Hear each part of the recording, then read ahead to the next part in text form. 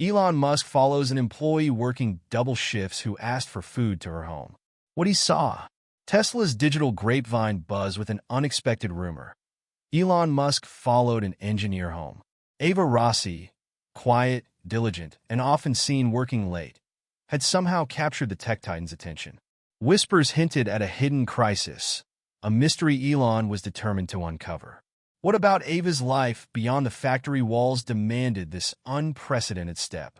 The answer would challenge everything he thought he knew. The biting October wind whipped through the Tesla factory grounds, a harbinger of the coming winter, as Elon Musk emerged from an early morning meeting. The sprawling complex, a testament to human ingenuity and relentless ambition, hummed with a pre-dawn energy. Robotic arms danced with balletic precision on the assembly lines, while engineers huddled over monitors, their faces illuminated by the cool glow of the screens. He paused, his gaze sweeping over the landscape of innovation, a kingdom forged from silicon and steel, yet a subtle dissonance tugged at his relentless focus. Everything appeared to be functioning with its usual, almost unnerving efficiency, a well-oiled machine churning out the future. But a faint, almost imperceptible unease settled upon him, a nagging whisper in the otherwise harmonious symphony of progress. His mind drifted to the fleeting glimpses he caught of his employees in the long corridors, the focused intensity etched onto their faces, a mixture of dedication and exhaustion. He valued this commitment, this unwavering drive that fueled the impossible, that transformed audacious dreams into tangible realities. But lately, a shadow seemed to linger around the edges of that fervent commitment, a disquieting hum beneath the otherwise impressive surface of productivity, like a faint mechanical whine that shouldn't be there. He couldn't quite put his finger on it, this subtle shift in the factory's emotional landscape, but the unease persisted, a subtle prickle of intuition he couldn't ignore. Unbeknownst to Elon, that intangible shadow was vividly personified in Ava Rossi, a bright, exceptionally diligent engineer whose personal life was currently a tempest raging just beyond the gleaming, high-tech walls of the factory. Within those walls, she found a temporary sanctuary, a place where complex algorithms and intricate designs offered a welcome distraction from the mounting pressures and anxieties that plagued her waking hours. She poured her heart and soul into her work, finding solace in the elegant logic of engineering, a temporary reprieve from the chaotic uncertainties of her reality. Each line of code, each solved equation, was a small victory against the encroaching darkness. Days later, the amorphous disquiet within Elon began to solidify, to coalesce into something more tangible, something he could address. A notification, a small digital beacon, pinged on his secure internal communication feed, a relatively new feature implemented with the somewhat detached goal of gauging overall employee well-being. It was designed to be a subtle barometer of the company's emotional climate. Ava Rossi's post, stark and understated, a cry for help veiled in professional language, cut through the usual corporate chatter about project deadlines and cafeteria complaints. Does anyone have extra food from the cafeteria? Willing to work an extra hour in exchange. A knot tightened in Elon's gut, a visceral reaction that surprised him. This wasn't a performance issue, a technical glitch, something easily solved with a memo or a software update. This felt different, more human. He clicked on Ava's profile. Her meticulously crafted project reports, filled with elegant solutions to seemingly intractable problems, solutions lauded by her supervisors, stood in stark and unsettling contrast to the quiet desperation of her online plea. He instinctively pulled up her time logs, a feature usually reserved for performance reviews and project management. The raw data painted a shocking, almost unbelievable picture. For over 3 months, Ava had been working relentless double shifts, routinely clocking 16-hour days. The stark black lines on the digital calendar screamed of exhaustion. No requests for overtime pay, no formal complaints filed through the proper channels. Just an unwavering, almost self-destructive dedication, bordering on self-immolation. The sheer volume of hours was staggering, a testament to either superhuman stamina or a profound, unspoken need. "Give me everything on Ava Rossi," Elon instructed his ever-efficient executive assistant, Ingrid, his voice clipped but laced with a newfound, almost paternal urgency. The usual corporate detachment was gone, replaced by a focused intensity. The subsequent reports confirmed his growing suspicions, painting a fuller, more troubling picture. Ava was not just dedicated. She was operating on fumes, pushing herself to the absolute precipice of human endurance. He could, of course, issue directives, task HR with an investigation, delegate the problem away, but something felt fundamentally, ethically wrong about managing this intensely personal situation from the sterile, impersonal distance of his glass-walled office. He needed to understand the why behind the data. He needed to see the human being behind the tireless work ethic. That evening, as the last hesitant rays of the sun dipped below the sprawling factory complex, casting long, eerie shadows across the otherwise brightly lit parking lot, Elon found himself seated in the back of his Tesla, a discreet, almost voyeuristic distance behind Ava's older, somewhat battered Honda Civic. He instructed his driver, Dave, a man who had seen his share of Elon's unconventional behavior, to maintain a respectful distance. He watched as she navigated the evening traffic, her movements betraying a deep, bone weariness that no amount of caffeine could mask. The route they took led them away from the manicured lawns and opulent mansions of the affluent suburbs, deeper into a more modest, working-class part of town, finally stopping in front of a weathered, somewhat dilapidated apartment building, its paint peeling like sunburnt skin.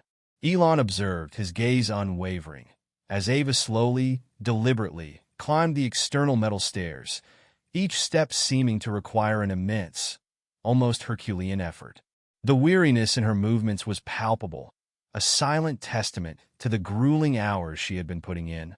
He waited, a growing sense of disquiet and a strange, unfamiliar feeling akin to guilt churning within him, until she finally disappeared into an apartment on the second floor, a small rectangle of light briefly flickering before being extinguished. He followed, his footsteps surprisingly hushed on the worn, concrete steps, the sound echoing slightly in the evening stillness. Standing before her door, number 2B, the cheap paint peeling around the edges of the number, he could hear muffled sounds, the low hum of a television playing softly, the distinct, unsettling rhythm of labored breathing, a sound that spoke of illness and struggle. Taking a deep breath, a feeling of trepidation he hadn't experienced in years washing over him, he knocked. The sound seemed disproportionately loud in the quiet hallway. The door opened hesitantly, inch by agonizing inch, Ava's eyes widening in utter disbelief, her face a mixture of shock, confusion, and a palpable fear. "Mr. Musk?" she whispered, her voice barely audible, laced with stunned surprise and a hint of terror.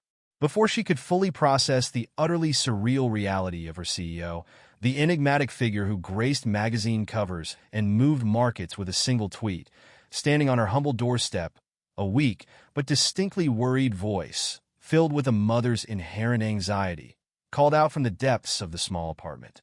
"Ava? Mija? Who is it?" queried Ava. Ava's face paled further, the blood draining from her cheeks. It's just a neighbor, Mama," she said, her voice tight, strained, a desperate attempt to maintain a semblance of normalcy in an utterly abnormal situation. "That's not a neighbor's voice," the voice insisted, stronger now, fueled by a mother's unwavering intuition. "I know that voice from the news. The one who sends rockets into space." Elon watched a wave of resignation wash over Ava's face, a brief flicker of defiance quickly extinguished by the sheer weight of the situation. The professional mask she wore so diligently at work crumbled, revealing the raw vulnerability beneath. Would you like to come in, Mr. Musk?" she asked, the formality of her tone a stark and heartbreaking contrast to the cramped, chaotic circumstances of her living room. He stepped inside, crossing the threshold into a world far removed from the sterile environment of his corporate offices. The small apartment was sparsely furnished, the furniture worn but meticulously clean, testament to Ava's tireless efforts. The air hung heavy with the cloying sweetness of disinfectant and a faint, underlying mustiness, a familiar and unwelcome aroma of illness. In the cramped single bedroom, Propped up against a stack of faded pillows lay Ava's mother, Elena. Her face was gaunt, her skin pale, but her eyes, despite the obvious fatigue, held a sharp intelligence, a fierce protectiveness that mirrored her daughter's quiet determination. The ensuing conversation was unlike any board meeting or performance review Elon had ever conducted. It wasn't about quarterly projections or market share. It was raw, intensely personal, vulnerable, and ultimately heartbreakingly real. Ava, initially guarded and apprehensive, slowly unfurled the story of her relentless, silent struggle.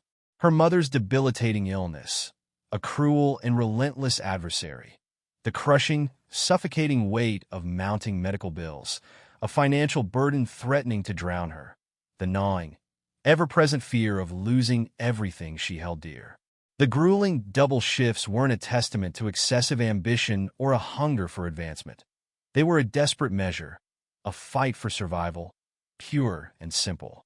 "I had to, Mr. Musk," Ava explained, her voice thick with unshed tears, her gaze fixed on the worn carpet. "The insurance, it barely covers anything. And Mama needs this specific treatment. It's the only thing that's helping." Elena, her voice frail but imbued with an unwavering strength, added her own poignant perspective. "She sacrifices everything, this girl, my Ava. Sleeps little, eats even less.